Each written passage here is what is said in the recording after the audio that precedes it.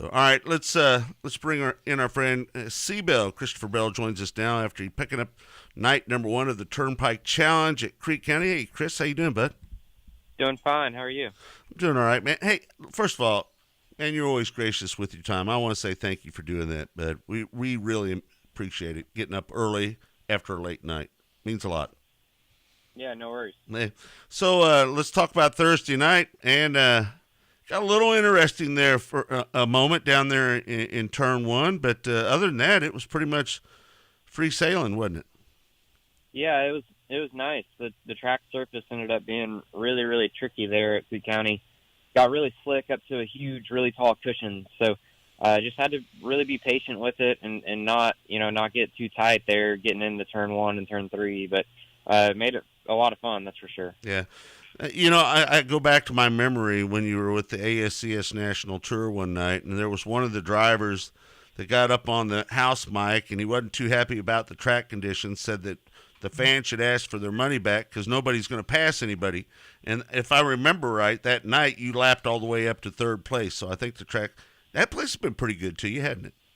Yeah, Creek County has been a place that I really enjoy going to, and it's a little bit bigger for the midgets, but definitely the sprint cars, it's really small and tight, and you got to get them elbows up, and you got to drive pretty hard there. Yeah, yeah.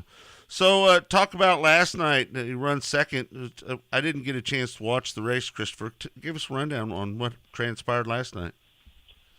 Yeah, I felt really good in the feature. It was pretty disappointing to break my streak there of these Turnpike Challenge races, but I felt fine in the feature. We just struggled really early on, trying out a new car, or Keith Kunz Motorsports is trying out a new car this week, and just struggling with it whenever the track has any bites.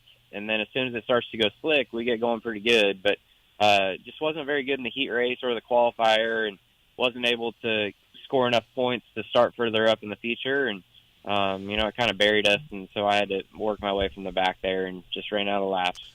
Does Keith have a base setup for all of his cars, and then you kind of work off of that, or does each driver prefer a certain type of base, and they work off of it? Does he try to keep it all near the same for everybody? Kind of take us through the process on how Keith in his mind works in making these cars get around there. You talk about tightness and what you need in that car. Just talk about where you start off at with that.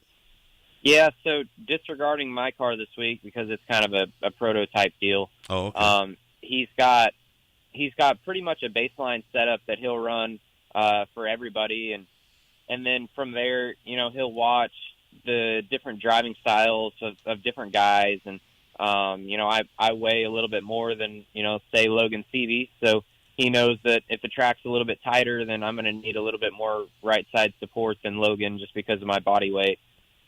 So he might do something to crutch that a little bit, but as far as stagger and air pressure and stuff like that, it's pretty standard across all the cars. And, his philosophy has always been that he feels like he has drivers that